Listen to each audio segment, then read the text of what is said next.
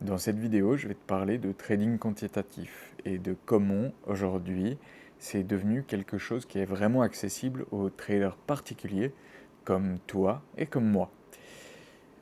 Ça a changé très vite et tu te doutes sûrement de pourquoi ça a changé aussi vite. Ça vient majoritairement de l'arrivée de l'intelligence artificielle qui devient un outil de plus en plus puissant et qui permet vraiment de rendre accessible ce domaine qui est le trading quantitatif, qui reste un domaine compliqué, hein, mais qui le rend accessible du moins à toute une partie de la population qui avant avait vraiment besoin de connaissances en code et de connaissances poussées dans beaucoup de domaines différents s'ils voulaient performer seuls avec des algorithmes de trading et avec juste des stratégies de trading. Maintenant, aujourd'hui, c'est quelque chose qui est beaucoup plus accessible parce que en un claquement de doigts, tu peux coder ton propre algorithme de trading. Bon, c'est quelque chose qui est apparu avec l'intelligence artificielle, donc qui est déjà présent depuis quelques années.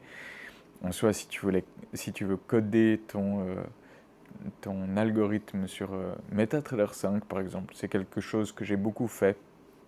Il y a un éditeur de code sur MetaTrader 5 et un stratégie tester qui te permet de backtester, chose que je recommande d'ailleurs toujours, hein. La majorité de mes algorithmes tournent encore aujourd'hui en se basant sur les backtests de MetaTrader 5 et du stratégie tester. Bien sûr, je sais qu'il y a d'autres plateformes, hein, mais ce que je voulais dire, c'est que créer des algos et les créer rapidement avec n'importe quel outil. Ça peut être ChatGPT en ligne, ça peut être Claude Code, ça peut être Cursor, ça peut être DeepSeek si tu es en Chine, comme moi. Je suis actuellement à Macao, en Chine. Quoique c'est pas vraiment la Chine, c'est une région spéciale de Chine. Et, euh, ouais, juste c'est quelque chose que tu peux faire très vite. Donc en fait, c'est assez dingue parce que tu peux vraiment te permettre de coder et de tester 5-6 stratégies par jour si tu veux. Et bien sûr que la majorité vont pas fonctionner, hein. Faut pas s'attendre à ce que toutes les stratégies que tu codes avec ChatGPT ou avec simplement les idées qui sortent de ta tête, ou même si tu utilises des stratégies déjà existantes, ben, il y en a beaucoup, tu vas te rendre compte que c'est compliqué de les utiliser en live, hein, après avoir fait les backtests et les optimisations. Mais le premier point, c'est ça, c'est qu'aujourd'hui, tu peux vraiment, si tu passes 5-6 heures par jour là-dessus, ou si tu as un travail, tu peux passer 1 ou 2 heures par jour dessus, et tu vas avoir l'occasion de tester, disons, 2 stratégies par jour, 3 stratégies par jour. Et c'est super intéressant parce que ça te permet de vraiment comprendre comment fonctionne le marché qui t'intéresse. Par exemple, tu t'intéresses au Nasdaq. Si tu testes plusieurs de tes idées ou plusieurs idées de paper en finance sur le Nasdaq, en les codant entièrement, bah, tu vas très vite te rendre compte si l'idée elle est bonne ou si elle n'est pas bonne. Et d'ailleurs, si elle n'est pas bonne, l'idée, tu peux essayer de faire le contraire. Peut-être que l'idée dans l'autre sens, c'est une meilleure idée. Par exemple, je sais pas, tu pourrais avoir une stratégie de mean reversion. Oui, putain, c'est fou quand j'ai essayé de faire un accent anglais comme ça. Mean reversion, et tu te rends compte que ça fonctionne pas.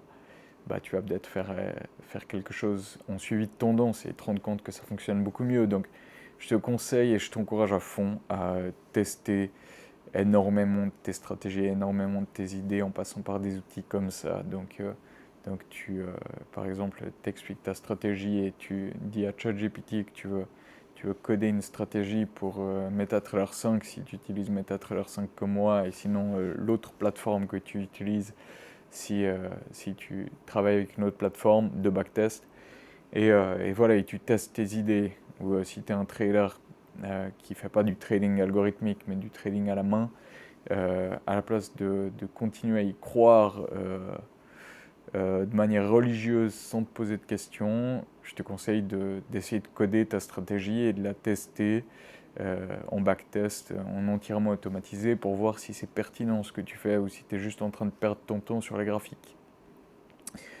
Et ce que je voulais dire en plus, c'est que c'est dingue parce qu'aujourd'hui, et c'est vraiment surtout ça, ce dont je voulais parler dans la vidéo, c'est qu'aujourd'hui, les, euh, tu peux faire un truc beaucoup plus complexe qu'un simple algorithme de trading. Tu peux créer une infrastructure entière comme celle d'un hedge fund en fait. Tu peux vraiment créer une infrastructure qui est basée sur, je sais pas, des matrices de Markov, sur du reinforcement learning. Quand tu dois prendre une position, tu peux utiliser du machine learning et faire de la classification. Il y a énormément de choses à faire en Python aussi. Tu peux utiliser, dans mon cas, j'utilise la librairie MetaTrader 5 pour faire ça. Mais juste, si tu as une idée, tu l'écris quelque part et tu fais un prompt sur Claude Code, sur ton cursor, sur ton codex. Tu peux utiliser n'importe quoi, on s'en fiche. Mais juste, tu crées un front-end, tu regardes un peu ce qui se passe, tu fais plein de tests basés sur du machine learning, etc. Et tu regardes ce qui marche. Et en fait, c'est comme ça que tu vas affiner ton edge et que tu vas mieux comprendre comment tu peux trader les marchés. Et je, le, je pense que je le dis aussi pour moi parce que je trouve que bah, vous voyez bien sur cette chaîne, je parle aussi d'applications, etc. Je pense que je vais un peu dans tous les sens, hein, mais si je me monte pas moi-même, le truc qui serait le plus intelligent à faire vu ma position et vu que mes revenus viennent de la finance et du trading algorithmique, je devrais vraiment me plonger encore plus là-dedans. Parce que j'y passe du temps, mais j'y passe pas tout mon temps. Et pourtant, c'est une opportunité de malade, hein, d'un point de vue personnel, mais aussi, je sais pas, genre dans la création de software. Parce que maintenant qu'il y a accès à ces outils et, euh, et avec tout ce qu'on peut faire en finance, ben, tu peux créer des softwares, mais tellement cool. Et que tellement de gens auraient du plaisir à utiliser en finance que ouais, c'est aussi une opportunité de ce point de vue-là, je dirais. Même si pour l'instant je l'explore pas. Euh, Toi qui regardes cette vidéo, je t'invite à réfléchir à s'il n'y a pas un projet que tu pourrais mettre en place en finance, je sais pas, genre un software qui aiderait vraiment les gens à faire quelque chose en finance. Bref, j'ai pas réfléchi plus que ça. Euh, et je crois que je vais arrêter la vidéo là. J'avais envie de partager ces idées et j'espère que tu as appris quelque chose et je me rends compte que j'ai une sacrée coupe de cheveux, hein. Mais bon, bref. Euh, J'espère que tu as appris des trucs. Je finis cette vidéo là et j'en referai d'autres, mais là un peu moins de temps ces derniers temps. Mais je referai des vidéos update les prochains temps. Ciao!